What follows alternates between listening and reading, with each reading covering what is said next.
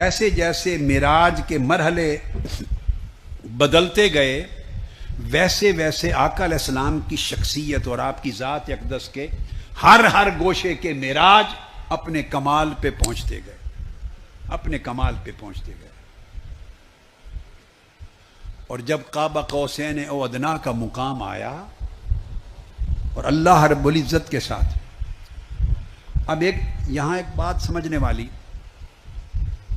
جب اس مقام پر اللہ کی معیت خاصہ میں، اللہ کی بارگاہ میں اس مقام پر جا پہنچے تو بتائیے یہاں اس دنیا میں اللہ کسی سے دور ہے؟ بولیے، نحن اقرب الیہ من حبل الورید، ہم تمہاری شاہرگ سے بھی زیادہ قریب ہیں، تو اللہ تو ہماری شاہرگ سے زیادہ قریب ہے، تو آقا علیہ السلام سے کتنا قریب ہوگا؟ اللہ تو ہماری شاہرگ سے زیادہ قریب ہے، ہم سے ہماری شاہرگ سے زیادہ قریب ہے، تو اپنے محبوب مکرم کے ساتھ اس کے قرب کا عالم کیا ہوگا، کتنا قریب ہوا۔ تو وہ رب جو آقا علیہ السلام کے ساتھ اتنا قریب ہے کہ جس کا تصور نہیں کر سکتا، تو جو ہر وقت آقا کے ساتھ ہوتا ہے، غار میں بھی تھے تو فرمایا ان اللہ معنا، اللہ ہمارے ساتھ ہے، غار میں بھی تھے، غار ثور میں تو فرمایا اللہ ہمارے۔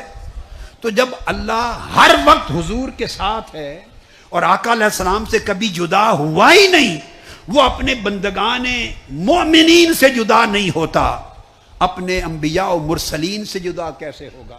تو جب حضور کے اتنا قریب تھا تو وہ کون سی قربت تھی جس کے لیے حضور وہاں گئے؟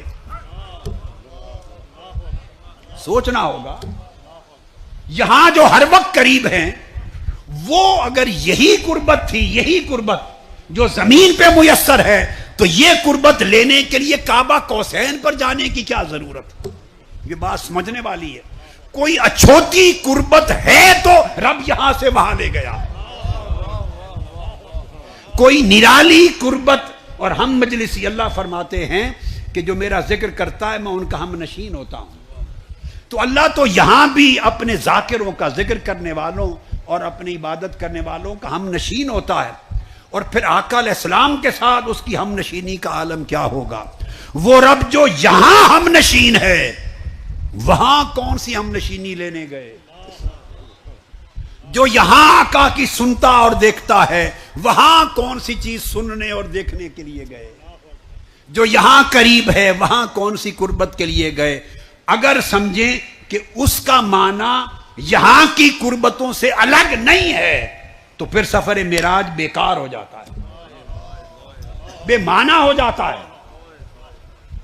اگر آپ میری بات سمجھیں، اگر جس نوعیت کی قربت معنوی، میں خاص بات کہہ رہا ہوں، قربت معنوی، معنن اللہ قریب ہے، جسمانی طور پہ تو نہیں ہے نا، جسم سے پاک ہے، قربت معنوی، معنوی ہم نشینی، معنوی اللہ کی ہم مجلسی، معنوی معیت، معنوی مدد، معنوی نصرت، یہ جو معنن اور روحانیتاً سب اللہ کی عنایات اس کے بندوں پر یہاں ہیں۔ اگر انہی عنایات کا معنی لینا ہے تو جبرائیل کو بھیج کے وہاں کون سی عنایات، وہاں کیا ضرورت؟ ضرورت کیا ہے؟ یہ ماننا ہوگا، اور اس کے بغیر کوئی چارہ ہی نہیں ہے کہ اگر قربت کے لیے گئے تو وہ قربت یہاں کی قربت سے کوئی جدا تھی، اس سے جدا تھی وہ قربت۔ اگر ہم نشینی کے لیے گئے تو وہ ہم نشینی اس دنیا کی ہم نشینی سے جدا تھی۔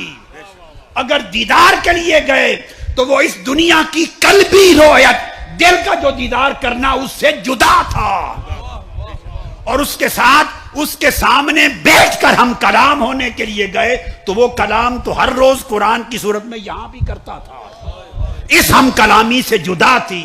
اگر یہاں اور وہاں کو ایک جیسا بنا دینا ہے تو معراج بے مقصد ہو جاتی ہے، بے مقصد ہو جاتی ہے۔ لہذا سب کچھ جو وہاں ملا وہ تھا جو یہاں کے حصے میں نہیں ہوتا، جو وہاں ملا وہ تھا جو یہاں کے حصے میں نہیں ہو جاتا۔ اور اب بات ختم کرنا چاہ رہا ہوں، تو آخری بات جو کہنا چاہتا ہوں کہ جو عنایات وہاں تھیں وہ عنایات ہیں جو یہاں نہیں بولیے ہو سکتی۔ اگر یہی جو مانوی عنایات کا تصور یہاں پر ہے، اگر یہی معنی لینا ہے تو معراج کا مقصد فوت ہو جاتا ہے، وہ اس کو تحصیل حاصل کہتے ہیں، لا حاصل ہے، کوئی مقصد نہیں رہتا۔ لہذا وہ خاص عنایات ہیں جو آقا علیہ السلام کے لیے وہاں کی خاص تھی۔ تو آخری بات جو کہنا چاہتا ہوں یہ سمجھ لیں، جو وہاں تھا اور وہاں بلا کر جو دینا تھا، اور وہاں بلا کر جو آقا علیہ السلام کا حال کرنا تھا، اور وہاں بلا کر جو آقا کو مقام دینا تھا، اور وہاں بلا کر آقا علیہ السلام کو جو کچھ بنانا تھا، جو وہاں تھا اگر وہ یہاں ہوتا تو وہاں بلایا نہ جاتا، سو وہ یہاں نہ تھا اس لیے وہاں بلایا، اور جب وہاں سے پلٹے اور یہاں آئے تو ہمارے لیے یہ ساری کائنات یہاں رہی، آقا علیہ السلام کے لیے یہ یہاں بھی وہاں بن گیا، یہ یہاں بھی وہاں بن گیا۔ جانے سے پہلے یہ یہاں تھا اور کعبہ قوسین وہاں تھا، جب پلٹ کے آئے تو حضور جدھر جاتے وہاں ساتھ رہتا۔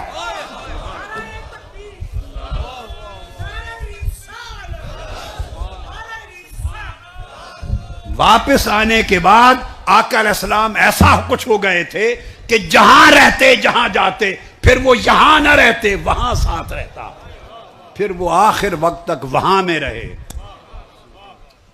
اللہ رب العزت اس وہاں کا حصہ ہمیں عطا فرما دے۔ آقا علیہ السلام کے جوڑوں کے تحفے